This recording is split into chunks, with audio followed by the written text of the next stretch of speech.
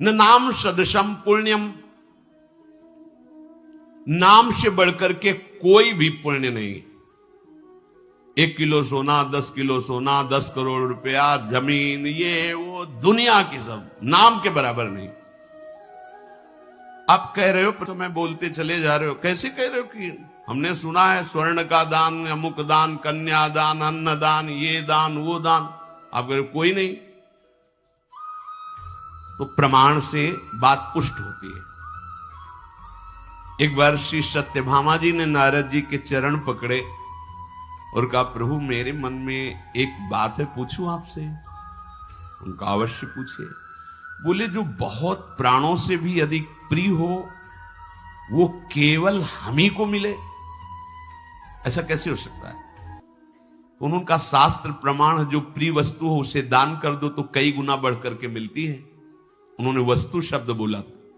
जो बहुत प्राणों से प्रिय हो और वो सदैव मेरे पास रहे वस्तु, तो उनका हमने शास्त्रों में, रचनाकारों में, महापुरुषों में ये बात देखी है कि वो कहते हैं कि यदि जो प्रिय वस्तु है उसका दान कर दिया जाए तो कई गुना बढ़कर मिलता है। अच्छा, क्योंकि भगवान सबके प्राण प्रिय है। रुक्मिणी जी के भी है, जाम्बवती जी के भी है, कालिंदी जी के भी है, और भी। तो सत्यभामा जी को लगता था निरंतर मेरे पास मेरे प्राण प्रिय, सबको लगेगा। तो उनका प्रभु फिर सबसे प्रिय श्री कृष्ण है। वो दान कर दो, सिद्धांत है। किसको दान करें? बोले, हम बाबा जी, इससे बढ़िया पात्र कहां मिलेगा, हम ही को दान कर दो। ठीक, बुलाए गए ब्राह्मण, संकल्प पढ़ा गया, हरि ओम समर्पयामि। सत्यभामा जी ने श्री कृष्णचंद्र जी कहा, नारद जी का बीणा उठाओ, चलो हमारे साथ। सत्यभामा जी ने कहा, आपने तो कहा था कि कई गुना बढ़कर आपके पास मिले। तो बोले, आगे फल मिलेगा, अब तो आपने हमें दान कर दिया। रोने लगी, प्रभु ऐसा, हम इन्हीं के लिए तो कह रहे हैं ना कि एक क्षण भी मैं इनसे विलग नहीं रह सकती, इनका वियोग नहीं सह सकती। चरणों में गिर गई। अच्छा, तो फिर तुम ऐसा करो, इनके बराबर कुछ दे दो तो इनको हम छोड़ देंगे, वो चीज ले लेंगे।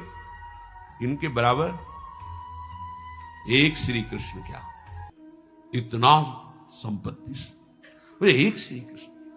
अभी तराजू लाया, एक पल्ले में चढ़ाओ, जितनी संपत्ति कहोगे, द्वारिकाधीश की संपत्ति, वो पटरानिया है, कोई पूरा अधिकार है।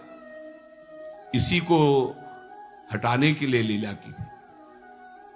अब पूरा का पूरा सब, एक तरफ प्रभु, एक तरफ बड़ा तराजू करके स्वर्णाभूषण सब, रतन हीरा जवाहर।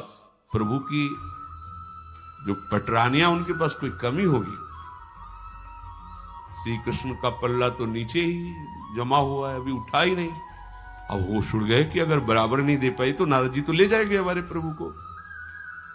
रुक्मिणी जी के पास गई, चरणों को पकड़ा, बहन बड़ी गलती हो गई, हमने ऐसा ऐसा किया। अब बात तब बनेगी जब पलड़ा में समान वस्तु, तो आप भी अपने ये सब आभूषण, आपके भी प्रीतम है ना। अब बात आ रही कि आपके भी है ना, नहीं कह रही थी केवल मेरे ही रहे। ऐसे सब रानी पटरानी सबके चरण पकड़े। रुक्मिणी जी तब तक मौन नहीं, महालक्ष्मी का अवतार है, सब प्रयास कर मुस्कुराते हैं। अब जब देखा कि पढ़ले ही नहीं उठ रहा, रोने लगी। अब क्या होगा? रुक्मिणी जी ने कहा, आप चिंता मत करो, मुझे पता है किससे तौले जाएंगे। एक तुलसी दल लिया और लिखा कृष्ण, और हटाओ से अपने आप, और जी ही ऐसे रखा, प्रभु का पल्ला हल्का हो गया, नाम का पल्ला भारी।